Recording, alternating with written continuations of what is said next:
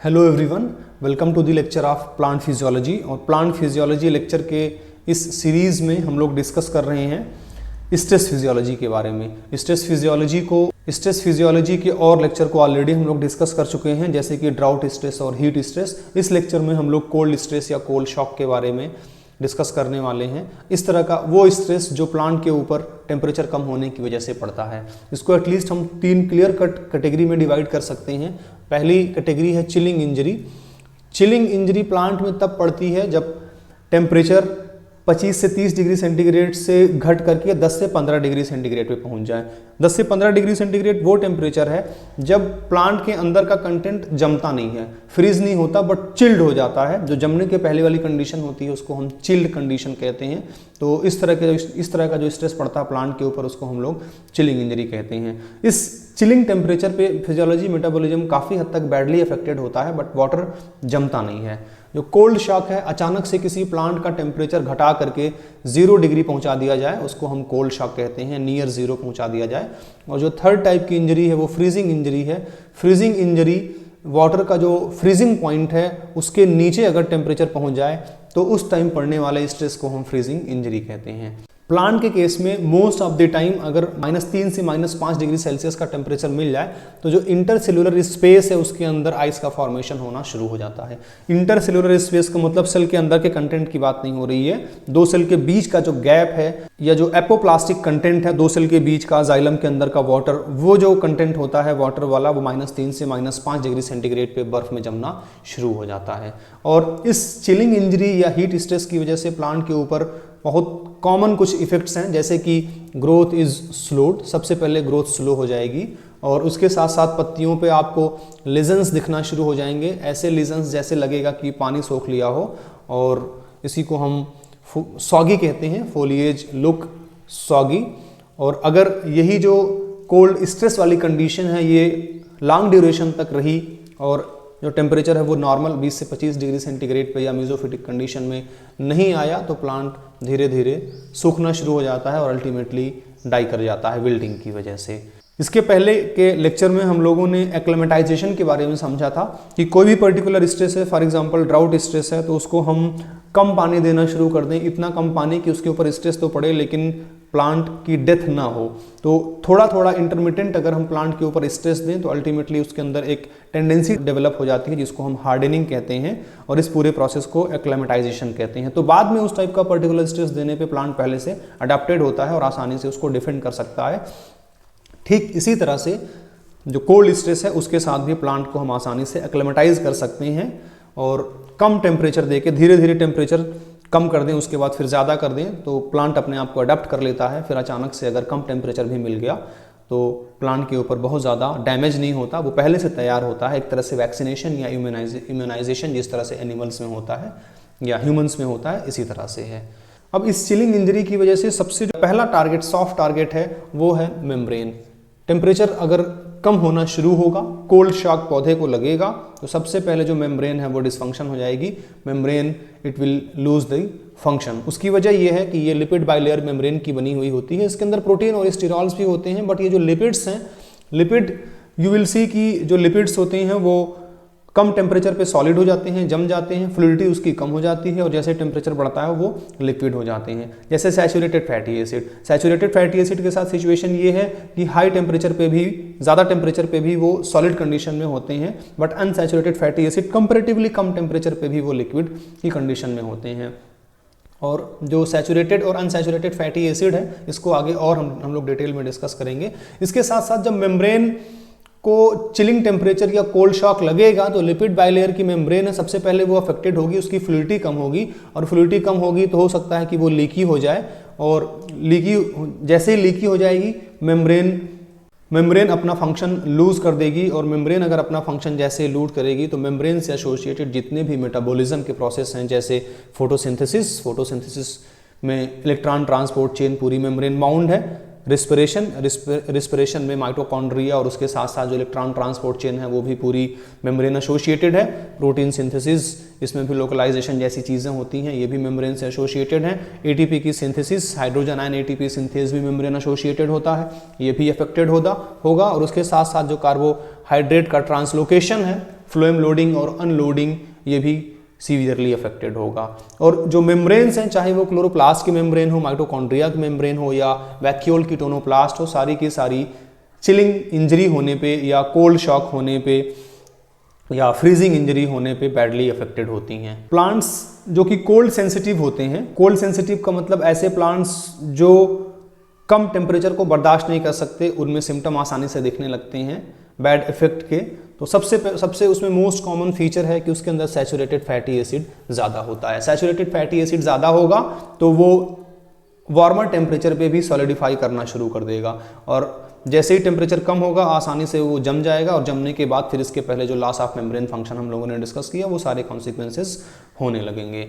और जब प्लांट को एक्लेमेटाइज करते हैं, शॉर्ट टेम्परेचर देते हैं, intermittent short duration of lower temperature intermittently देते हैं, तो उस टाइम एंजाइम डीसैचुरेट एक्टिवेट होती है, और ये जो डीसैचुरेट एंजाइम है मेम्ब्रेन के अंदर सैचुरेटेड फैटी एसिड का अनसैचुरेशन करने लगती है, और यू विल सी कि अनसैचुरेटेड फैटी एसिड ज़्यादा कंटेंट में एक्यूमुलेट हो जाते हैं। अब मेम्ब्रेन में अगर अनसैचुरेटेड फैटी एसिड ज़्यादा है, इसका मतलब टेम्परेचर का जो लोअर टेम्परेचर है उसको बर्दाश्त करने की कैपेसिटी आसानी से बढ़ जाएगी, क्योंकि unsaturated fatty acid lower temperature तक, कंपैरेटिवली लोअर टेम्परेचर तक अपनी फ्लूइड कंडीशन में या लिक्विड कंडीशन में बने हुए होते हैं, और मेम्ब्रेन प्रॉपर्ली फंक्शन करेगी। फिर कुछ फैक्ट्स को हम लोग डिस्कस कर लेते हैं। प्लांट के अंदर वाटर कंटेंट अगर कम है, प्लांट के पार्ट के अंदर अगर वाटर कंटेंट कम है, तो उसके ऊपर ये अमूमन देखा गया है कि चिलिंग इंजरी का या कोल्ड स्ट्रेस का कम इफेक्ट पड़ता है। जैसे सीड जो कि पार्टली डिहाइड्रेटेड होती है, वाटर कंटेंट काफ़ी कम होता है। फंगल स्पोर्स में you will see fatty acids ज़्यादा होते हैं, लिपिड कंटेंट ज़्यादा होते हैं, वाटर कंटेंट कम होता है। तो पार्टली डिहाइड्रेटेड सीड और फंगल स्पोर जिसके अंदर वाटर कंटेंट कम होता है, इसको -273 डिग्री सेंटीग्रेड या 0 केल्विन पे एब्सोल्यूट टेम्परेचर पे आसानी से ये सर्वाइव कर सकते हैं, और बाद में जब कंडीशन नॉर्मल होगी तो ये जर्मिनेट कर जाएंगे। दैट मीन्स कि दे कैन टेल, जो वाटर कंटेंट है कम होने की वजह से ये आसानी से इसको बर्दाश्त कर सकते हैं।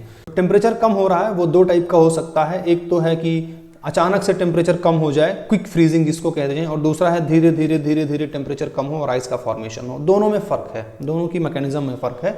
अगर प्लांट को ऐसा टेम्परेचर मिल जाए जिसपे क्विक फ्रीजिंग होने लगे, तो सेल के अंदर का जो कंटेंट फ्रीज होना है वो अपनी जगह पे फ्रीज हो जाएगा, और उसकी वजह से प्लांट को कम नुकसान होता है in comparison to that of gradual cooling. अगर ग्रेजुअल कूलिंग हो रही है प्लांट में, ये वेल नोन फैक्ट है और आप सभी जानते हैं कि टेम्परेचर धीरे धीरे जैसे जैसे कम होता है, और वाटर के ही केस में जब आइस का फॉर्मेशन होना होता है तो उसका वॉल्यूम अपने आप से बढ़ने लगता है, धीरे धीरे बढ़ने लगता है। तो आइस अगर स्लोली ग्रो होगी, कोई सेंटर है, कोई पॉइंट है, उसके चारों तरफ अगर आइस अगर स्लोली ग्रो हो रही है, तो जाहिर है कि उसका जो वॉल्यूम है वो बढ़ेगा, और सेल के अंदर अगर इस तरह से वॉल्यूम का एक्सपेंशन हो जाए बर्फ का, तो सेल की मेम्ब्रेन डैमेज हो जाएगी, सेल वॉल तक भी फट सकती है।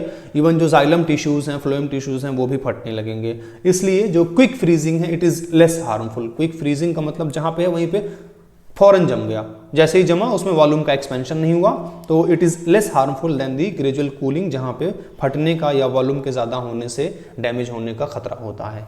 जब प्लांट को फ्रीजिंग टेम्परेचर का एक्सपोजर होता है तो प्लांट के अंदर कार्बोहाइड्रेट और प्रोटीन जैसे कुछ मॉलिक्यूल्स होते हैं जो कि हेल्प करते हैं, जिसकी वजह से आइस क्रिस्टल का फॉर्मेशन आसानी से शुरू हो जाता है। और वो जो पॉइंट जो एक सेंटर प्रोवाइड कर रहा है जिसके चारों तरफ बर्फ का फॉर्मेशन होगा, उसको हम लोग आइस न्यूक्लिएटर कहते हैं, और इस प्रोसेस को आइस न्यूक्लिएशन कहते हैं। यही वजह है कि ऐसा देखा गया है कि प्लांट के ऊपर पाए जाने वाले जो बैक्टीरिया होते हैं, जैसे स्यूडोमोनास स्पीसीज या और अदर जो बैक्टीरिया हैं, bacteria they will provide this ice nucleator. वो एक सबस्ट्रेट या सेंटर प्रोवाइड करते हैं जिसके ऊपर आसानी से फ्रॉस्ट का एक्यूमुलेशन हो सके, जो बर्फ है उसका फॉर्मेशन हो सके। इसीलिए ये देखा गया है कि लीफ के ऊपर जो पाए जाने वाले बैक्टीरिया हैं ये आइस न्यूक्लिएटर की तरह बिहेव करते हैं, और फ्रॉस्ट की वजह से बर्फ के जमने वाला जो डैमेज है उसको फर्दर इंक्रीज कर देते हैं। अब प्लांट किस तरह से कोल्ड स्ट्रेस से बचने के लिए अपने आप को अडाप्ट करता है, एक्लेमेटाइज करता है, और क्या क्या मैकेनिज्म है, इसको हम लोग और डिटेल में देख लेते हैं। जैसा कि विंटर हार्डनिंग मैंने ऑलरेडी बताया कि जब भी विंटर आनी होती है उसके पहले का जो शॉर्ट लो टेम्परेचर होता है उसमें प्लांट अपने आप को एक्लेमेटाइज करना शुरू कर देते हैं, जिससे जो आने वाली ठंडी है उसमें आसानी से उसको ये झेल सकें। और उसमें सबसे ज़्यादा जो रोल है एब्सिसिक एसिड का बड़ा रोल होता है। जैसे ही प्लांट के ऊपर चिलिंग टेम्परेचर का एक्सपोजर होता है, एब्सिसिक एसिड की सिंथेसिस बढ़ जाती है और वो लीफ से फ्लोएम की तरफ मूव कर जाता है, और जिसके रिस्पॉन्स में जैसे ही एब्सिसिक एसिड का कंटेंट शॉर्ट लोअर टेम्परेचर पे लीफ से सिंथेसिस होकर फ्लोएम के थ्रू अदर प्लांट पार्ट में आया, प्लांट क्या करता है, जाइलम वेसल से जितने भी उसके अंदर जितना भी वाटर का कंटेंट है उसको ये विड्रॉ कर लेता है। क्यों विड्रॉ कर लेता है? क्योंकि पानी अगर ज़्यादा रहेगा तो जाहिर है कि उसके अंदर फ्रीजिंग होगी, कूलिंग होगी, फ्रीजिंग होगी, वाटर का एक्सपेंशन होगा, वाटर कंटेंट कम होगा, जैसा कि हम लोगों ने इसके पहले देखा कि partly dehydrated seed can withstand 273 degree centigrade temperature.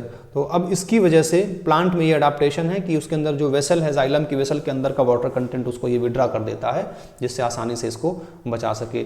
और उसके साथ साथ और भी कंपोनेंट्स हैं, जैसे एंटी फ्रीज प्रोटीन है और जो सॉल्यूट्स हैं उनकी सिंथेसिस हो जाती है, जिसको आगे हम लोग डिस्कस करेंगे। बाद में और ज़्यादा और लोअर टेम्परेचर का एक्सपोजर होता है, second exposure, at that time plant fully hardened हो जाता है या एक्लेमेटाइज हो जाता है, और -50 से -100 डिग्री सेंटीग्रेड के टेम्परेचर पे आसानी से वो सर्वाइव कर सकता है। और इस प्रोसेस को जो अदर स्टेज के केस में हम एक्लेमेटाइजेशन कहते हैं, यहाँ पे हम हार्डनिंग कहते हैं, विंटर हार्डनिंग टर्म इस्तेमाल किया जाता है, acclimatisation against the cold stress. इसके अलावा सॉल्युबल शुगर जैसे सुक्रोज, रेफिनोज, फ्रक्टन्स, शुगर एल्कोहल जैसे सॉर्बिटाल, मैनिटाल, प्लांट इन सब की सिंथेसिस को इंक्रीज कर देता है जब वो एक्लेमेटाइजेशन की तरफ जाता है और शॉर्ट टेम्परेचर आने वाली ठंड से ठंड वाले मौसम के पहले एक्सपोजर होता है। और ये क्यों हो रहा है? ये एब्सिसिक एसिड के रिस्पॉन्स में हो रहा है।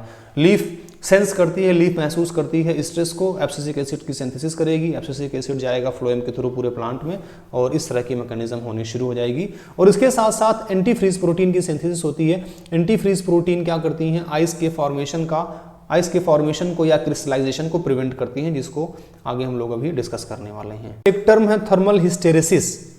इस टर्म को हम लोग पहले समझ लें। थर्मल हिस्टेरेसिस कहते हैं कि लिक्विड से, जैसे वाटर ही है, जब लिक्विड से वो सॉलिड की कंडीशन में जा रहा है, मतलब टेम्परेचर कम करने से जब वाटर लिक्विड से सॉलिड की जगह जा रहा है तो जो टेम्परेचर है कम टेम्परेचर चाहिए, और जब वो सॉलिड से लिक्विड वाली कंडीशन में आ रहा है तो उसे ज़्यादा टेम्परेचर चाहिए। ये जो कूलिंग और उसके साथ साथ वापस से मेल्टिंग का जो डिफरेंस है, इसी डिफरेंस को हम हिस्टेरेसिस कहते हैं।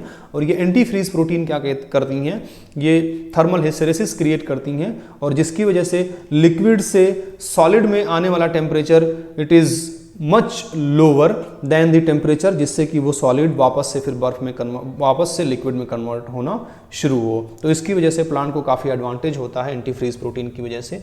और स्टडी में ये देखा गया है कि एंटी फ्रीज प्रोटीन जो एंडोग्लूकनेज और एंडोचाइटिनेज एंजाइम की कैटेगरी है उसको बिलोंग करती है।